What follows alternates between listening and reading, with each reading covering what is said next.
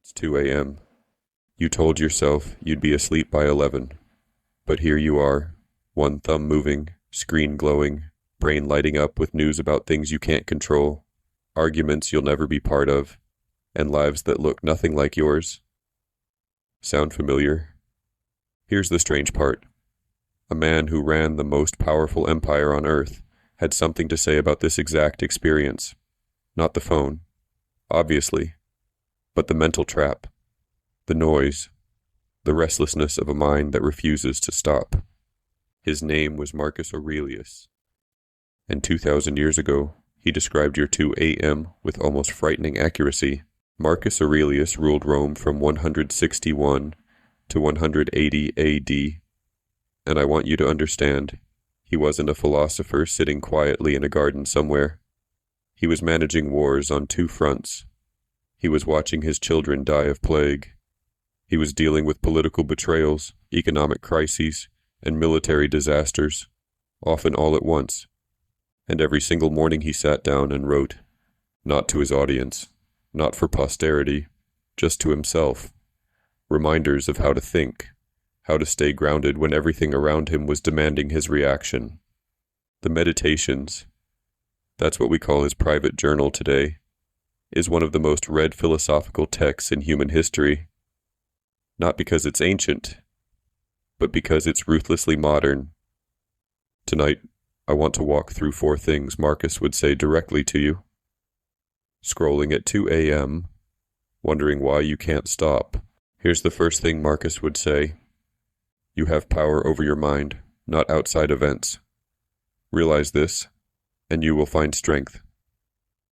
Notice what he's not saying. He's not saying external things don't matter. He's saying the disturbance, the anxiety, the racing thoughts, the inability to stop. That's happening inside you, not on the screen. Think about it for a second. The phone doesn't make you feel bad. Your interpretation of what you see creates the feeling. Someone else's highlight reel, a conflict you scrolled into, a comment section full of outrage about something that happened in a different city to people you've never met. Marcus called the decision-making part of you the ruling faculty. It's the part that decides what things mean.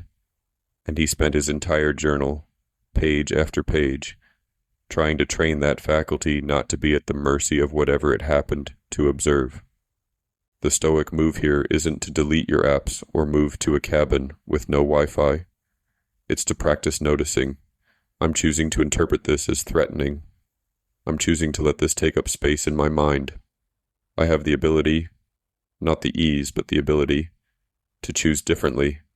That's actually the whole game. Here's what else Marcus would notice about the 2 a.m. scroll. A lot of it is social anxiety in disguise. Checking if someone responded. Seeing who liked what. Watching whether your post got any traction. Silently comparing your ordinary Tuesday to someone else's curated vacation photos. Marcus had a stoic diagnosis for this, and it's sharp. It never ceases to amaze me. We all love ourselves more than other people, but care more about their opinion than our own. Read that again slowly. You love yourself. You protect yourself. You have an entire inner monologue that centers you. But then you hand your mood over to strangers' reactions. You give a 23-year-old's Instagram life the power to make you feel behind. You let anonymous comment sections determine whether your day felt like a success or a failure. Marcus dealt with Senate members who despised him, military generals who questioned every decision, political rivals spreading rumors across the empire. He writes about this constantly in the Meditations, not to complain, but to remind himself. Their opinion belongs to them. It cannot touch me unless I reach out and grab it. The 2 a.m. scroll is often a search for reassurance in a place that will never provide it. You're asking external sources, strangers, likes, algorithms, to confirm that you're okay. Marcus would say, that confirmation was already inside you. You're just looking in the wrong direction. This next one sounds heavy when you first hear it, but sit with it, because it's actually deeply calming. Marcus wrote constantly about impermanence. He would look at famous people from history, people who were celebrated, powerful, surrounded by admirers, and he'd simply note, gone, all of them, gone. Even their names are mostly forgotten. Observe constantly that all things take place by change.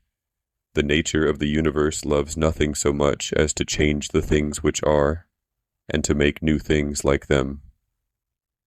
Here's how this applies to your 2 a.m., the thing keeping your thumb moving, the thing your brain is treating like a crisis. Ask yourself honestly, will this matter in 5 years?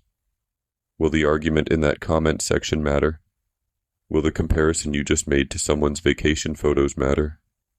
Will the anxious news story you just read change anything about your actual tomorrow? We're biologically wired to treat every social signal as urgent. Our brains evolved in small tribes where being excluded was life-threatening.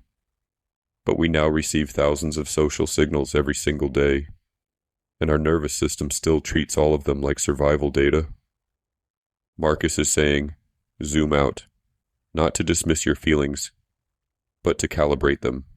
The stakes of the 2 a.m. scroll are almost never what they feel like at 2 a.m. And finally, the most practical tool Marcus gives us. Confine yourself to the present. This sounds like something you'd see on a mindfulness app. That's because modern mindfulness borrowed heavily from Stoicism. But Marcus makes it concrete in a way that resonates differently. When you're scrolling at 2 a.m., you are almost never in the present moment. You're consuming content about somewhere else, someone else's life, events that happened earlier today or might happen next week. Your body is in your bed. Your mind is scattered across 10 different time zones. Marcus practiced what he called the view from above, consciously pulling back from whatever was demanding his immediate reaction and seeing himself clearly. Where am I? What's actually happening in my body right now? Is what I'm doing serving me? Here's a practical version you can try tonight. When you catch yourself in the spiral, and you have to catch it yourself, it won't stop on its own. Try a genuine present moment check. Physical sensations only. What can I actually hear right now? What does my body feel like? What's true in this specific room, at this specific moment? It interrupts the loop. Not forever, not perfectly, but it's a trapdoor out of the spiral when you need one. Marcus Aurelius didn't have Instagram, but he had a senate full of critics, a population of millions whose opinions could turn overnight, and an empire demanding his constant reaction to things beyond his control. And every morning, he sat down and wrote to himself, "You don't have to react. You don't have to be moved by everything that moves around you." Here's the reframe I want to leave you with. The phone isn't the enemy. The scroll isn't the enemy. What Stoicism reveals is that the restless mind is searching for something external to quiet an internal discomfort, and it will never find it there. Not at 2 a.m., not at 3 a.m. The quieting, if it happens, comes from the inside. It happens when you decide, even briefly, that your own perspective is the one worth tending to, that your inner world matters more than the algorithm's opinion of you. Marcus called this the only true freedom, sovereignty over your own mind. That's not something you lose when the Wi-Fi works, and it's nothing any app can take from you. If you found this useful, and if you're watching this at 2 a.m., I genuinely hope you can now put the phone down. Subscribe to Untamed Sage. I cover Stoic philosophy and animal behavior every week, and we're just getting started. I'll see you in the next video.